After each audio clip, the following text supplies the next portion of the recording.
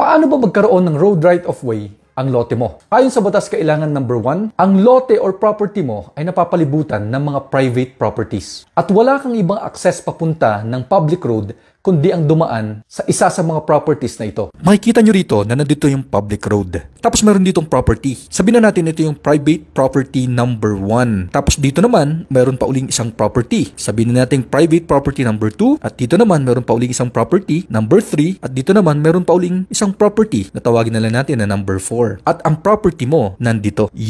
Nandito yung public road at napapalibutan ka ng 4 na private property. Sa 4 na private property na ito, makikita mo na wala ka ng ibang daanan kundi dumaan sa isa sa mga property na ito. Ikalawang kondisyon, kailangan ng kawalan mo ng access sa public road ay hindi mo sinadya at hindi mo kasalanan. Halimbawa dati, sa'yo tong lot number 1, tapos binenta mo. O di naman kaya dati meron kang daanan dito, tapos bigla mong nilagyan ng drainage, halimbawa. Ibig sabihin, kasalanan mo na nawala sa'yo yung daanan mo papunta rito sa pinakamalapit na public road. Kaya guys, kung ang property mo ay nasa sitwasyon na katulad nito, ikaw ay magkakaroon ng karapatan na dumaan sa private property ng kapitbahay mo. Gustuhin man nila o hindi. Guys, sa susunod ko pong video, ipapaliwanag ko po sa inyo kung saan dapat matatagpuan ang road right of way ninyo o sino dapat ang magbigay nito. Kaya huwag niyo po kakalimutan mag-follow. Guys, ikaw ba isang real estate broker o real estate agent? O di naman kaya meron kang property at naghahanap ka ng paraan para mabenta ito? Sa Reals Corporation, pwede po kami makatulong sa'yo. Ang gagawin mo lang, pumunta ka sa www.reals.ph. Mag-register po kayo doon for free. Tapos i-list nyo po yung mga property nyo doon. Para kami ng mga real estate agent and brokers na nakasubscribe sa Reels ay mag-market para sa property mo at matulungan ka na maibenta ito. This is Romo Jonyoso, the CEO of Reals Corporation.